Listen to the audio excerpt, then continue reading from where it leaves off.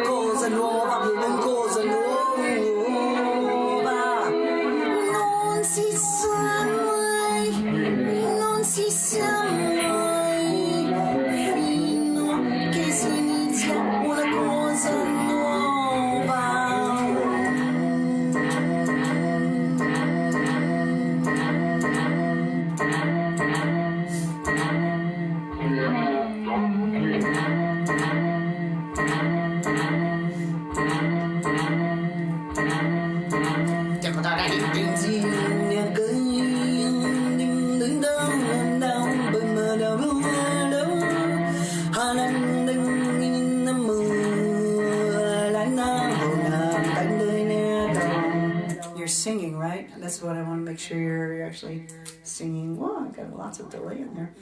All right, well, anyway, that's the song called You Never Know Until You Start Something What the Hell It's Going to Be. Did I just say hell? That's a place that some people live in right now. And I think it's not really a place for the actually. I think that'll be the next song called The Great Change, which is the concept that my very esteemed and amazing and brilliant colleague Paul Chilter Wagner told me, which is that in the Salish coastal culture, death is not a final thing. It's not a that's it. It's the great change. So I'm going to do a piece now called The Great Change. Meanwhile, if you have any ideas for song titles, please share them with me. I love trying to make something up. So anyway, this is called The Great Change. We'll try something different. We'll try something different.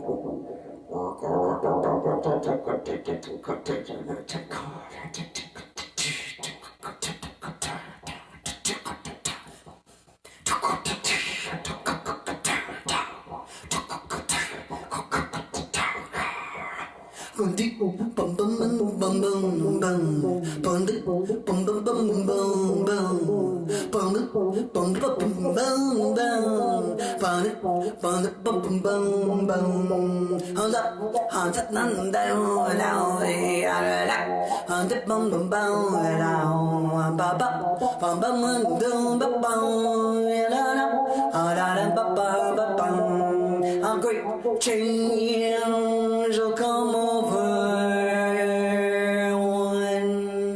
A great change will come over one. The golden throne, the golden throne, the golden throne, the golden throne. Sit on the golden throne. And once he's all is connected. Once all is connected. Sit on the golden throne. I think I'm gonna retell the story. I was just saying, sit on the golden throne, because Chilton told me that his mother was advised not to have any more children at a certain point, and she became pregnant. And she was pregnant with my friend Paul Chilton, and she said, I'm going to have this baby. And sure enough, when it was time to give birth, she had to go to the hospital. She was in really bad shape. Her body couldn't really handle the stress of it all. She was in the operating room, and she found herself floating up and looking at everyone, looking at her, and working on her furiously. And the very next second, because time doesn't really exist, however you want to measure it, she saw the golden throne, and it was the most beautiful thing she's ever seen. And she went to it. She said, I'm going to sit on the golden throne. This is amazing. And she went towards it, and there was a weird membrane, not a weird membrane, just a membrane. So she couldn't go any further. She couldn't get past that membrane to sit down on the golden throne. And Great Spirit said, it's not your time. And she said, but I really want to sit on this golden throne. Please. It's not your time to sit on the golden throne. Please, please, I want to sit on the golden throne. And Great Spirit said, well, if you do, you're going to come back to what you knew before. And it'll be painful. And it'll be your job to give great teachings and to share your wisdom. And she said, I'll do anything. And she sat on that golden throne. And suddenly everything was connected. Everything made sense. It was the most beautiful sensation she'd ever experienced in her entire life. It was unbelievable. It was bliss. And the very next second, maybe we should call them sections. That's nice. That's not like that. She came to in the operating room in incredible writhing pain. And she gave birth to my beloved friend, Chilton. So I like to think about that golden throne, or whatever metaphor it might be in your mind. I think that we are all connected. I just saw that again yesterday. I saw a sign while I was taking a walk, and the same crow was following me silently and turning around and looking at me. I saw a sign that said, we are all interwoven. And it's really true. Our lives, our paths, everything about it is a tapestry. And we may encounter things that we don't understand, people with whom we don't agree, but that doesn't matter. Together, we're all one kind of throbbing organism, which is chi, which is life. So anyway, back to singing. Okay, enough of that. Let's see. Any suggestions? Any requests? No, just joking. Let's see. Hey. Yeah, actually, I'm gonna do a song that related to death. This is my song Ballintubber Abbey. Haven't done it in a couple of minutes.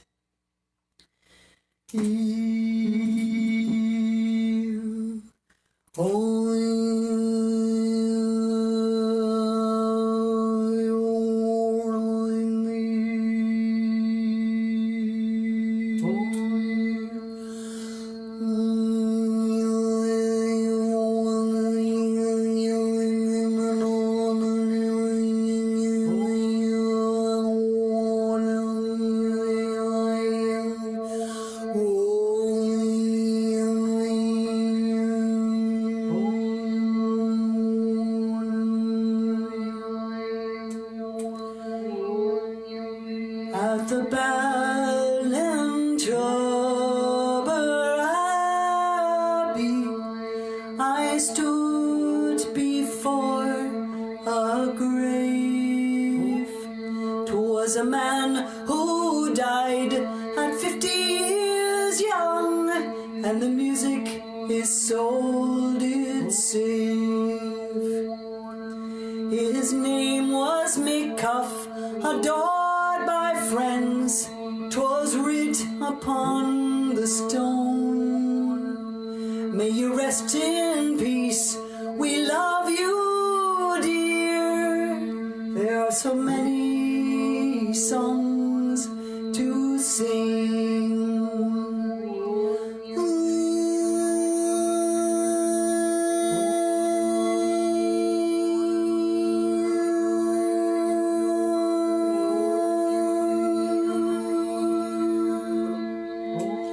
And all the bells, they did ring for the beauty you did sing. May you rest in peace, we love you, dear. There are so many songs to sing.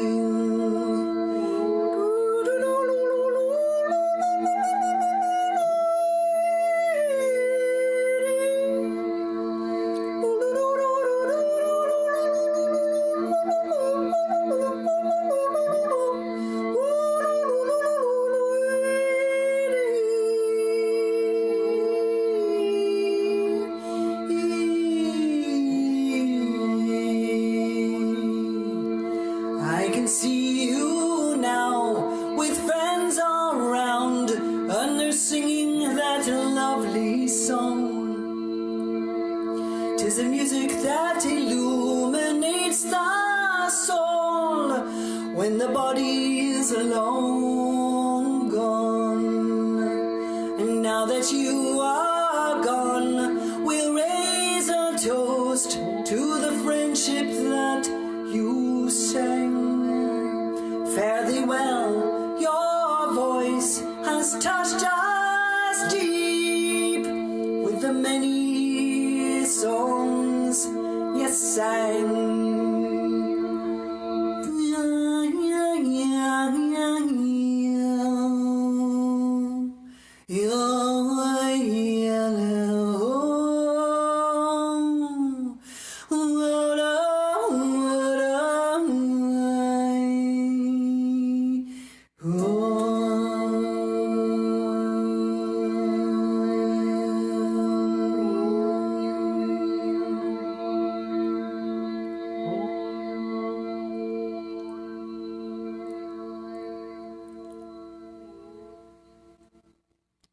Alright, well, I just got a request for a song that I have never performed live, and I came up with in the summer, probably just about today. No, I think I started on July 4th. 1985. So it's been 35 years since I've even thought about this song. Or it's called National Holidays, and I'm going to do a new version of it now. Nyip, mwop, nyip, mwop, nyip, nyip, mwop, nyip, nyip, nyip, nyip, nyip, nyip, nyip, nyip, nyip, mwop, nyip, nyip, nyip, mwop, mwop, nyip, nyip, mwop, nyip, nyip, nyip, nyip, mwop, nyip, mwop, mwop, mwop.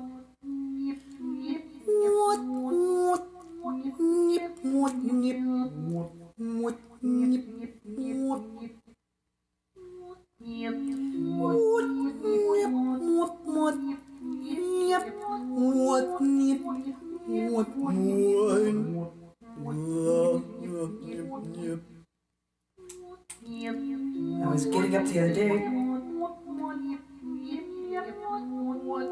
I looked around for my wife.